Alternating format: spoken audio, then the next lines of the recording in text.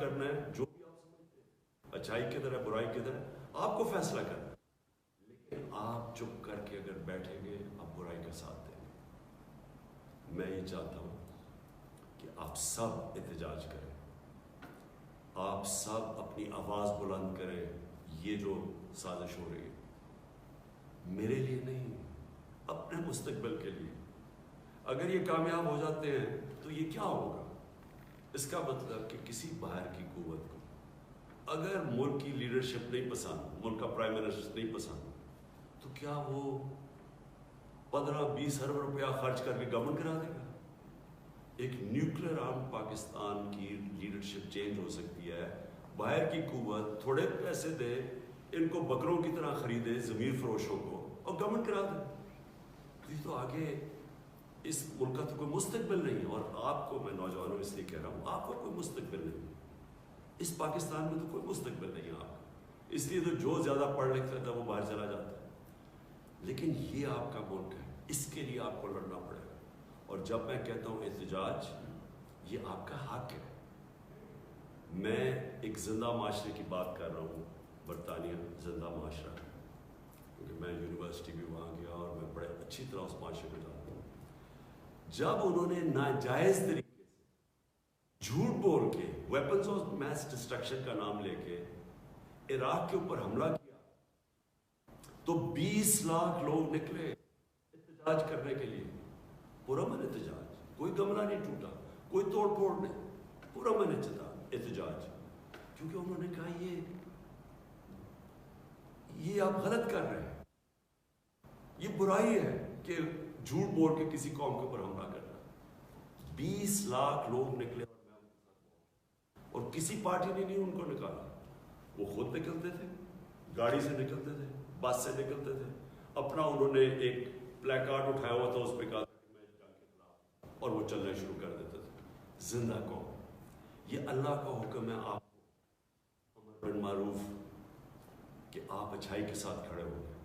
اور آپ اپنے مستقبل کو بچانے کے لیے کھڑے ہوں گے۔ اور پھر میں آپ کو ریپیٹ کر دوں کہ جو آپ کا احتجاج ہوگا وہ پرامن ہو، کسی قسم کا اپنے ملک کو نقصان نہ پہنچائے، یہ ہمارا ملک ہے۔ ہم جب توڑ پھوڑ کرتے ہیں ہم اپنے لوگوں کا، اپنے ملک کا نقصان پہنچاتے ہیں، لیکن پرامن احتجاج، یہ اس سے سب سے بڑا خوف ہوتا ہے اس طرح کے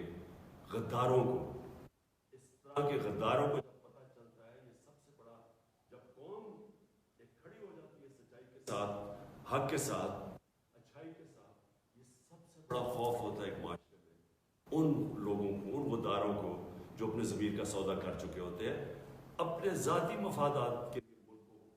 ملک کو غلام بنا دیتے ہیں۔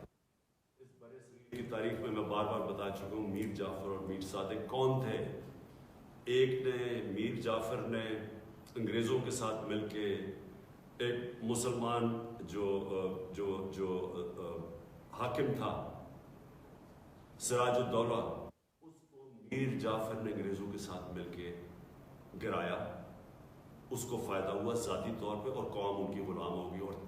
جو مشکلات گزری وہ بنگال کے، اس کے بعد آپ تاریخ پڑھیں، جو لوگوں کا انہوں نے خون چوسا، اور اسی طرح ٹیپو سلطان کو گرانے والا انگریزوں کے ساتھ مل کے میر صادق تھا۔ تو کبھی تاریخ ان کو نہیں بھولی، ان غداروں کو، اور تاریخ، میں یہ چاہتا ہوں کہ تاریخ ان غداروں کو نہ بھولے۔ پاکستان کی تاریخ یہ سمجھتے ہیں کہ جی لوگ تھوڑی دیر میں بھول جائیں گے،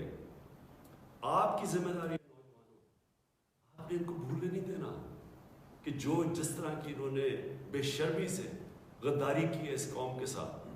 ثابت ہو گیا کہ یہ باہر سے پوری سازش تھی، یہ ثابت ہو گیا۔ ہمارے پاس نیشنل سیکورٹی کمیٹی نے، کیبنٹ نے، سب نے وہ ڈاکیومنٹ دیکھ لی ہے۔ پارلیمنٹ کی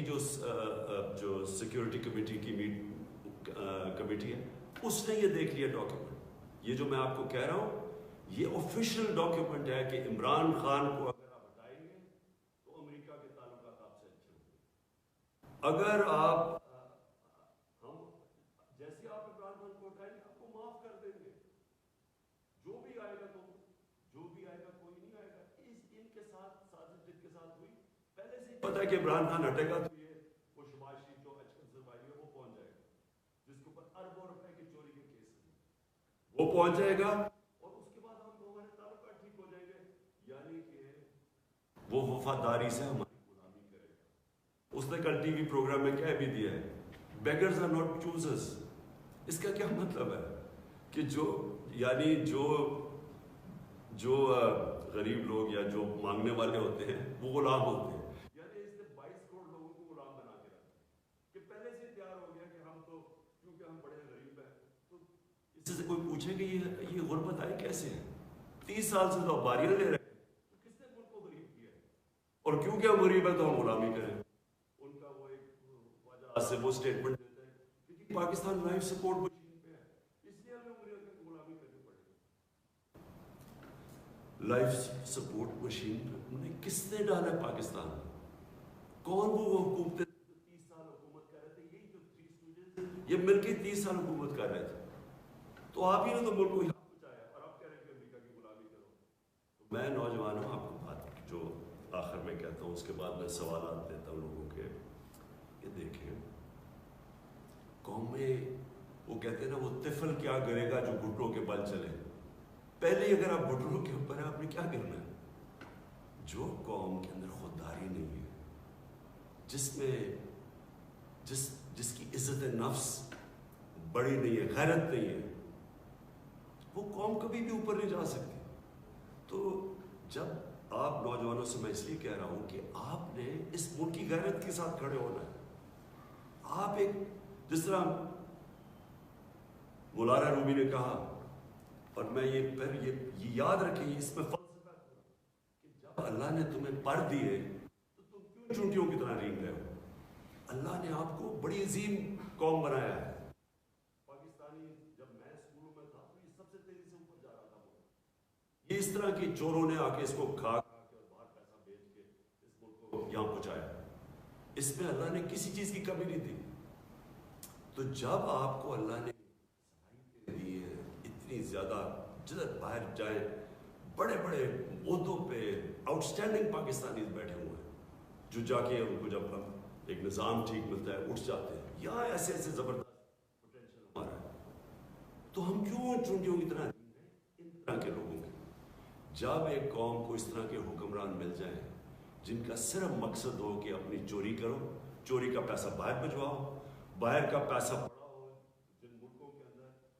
آپ کی کبھی ضرورت نہیں ہوگی کہ ادھر سے جو وہاں سے حکم آیا آپ نہ مانے کیونکہ وہ آپ کا پیسہ ضبط کر لیں گے، جس طرح آج روسیوں کے پیسے اور ان کی پراپرٹی ضبط کی جا رہی ہے، اس لیے ان کو بھی ڈر ہے، تو ہمیشہ ان کی غلامی کریں گے اور ساری 22 کروڑ لوگوں کو آپ کے مستقبل کو غلام بنا دیں گے۔ میں چاہتا ہوں کہ آج اور کل میں آپ سب کا چاہتا ہوں کہ آپ احتجاج کریں، آپ اپنے ملک کی ایک آزاد خوددار پاکستان کے لیے، ایک آزاد خوددار پاکستان جس میں آپ کا مستقبل ہے، اس کے لیے میں سب کو چاہتا ہوں کہ پرامن آپ سب احتجاج کریں۔ جی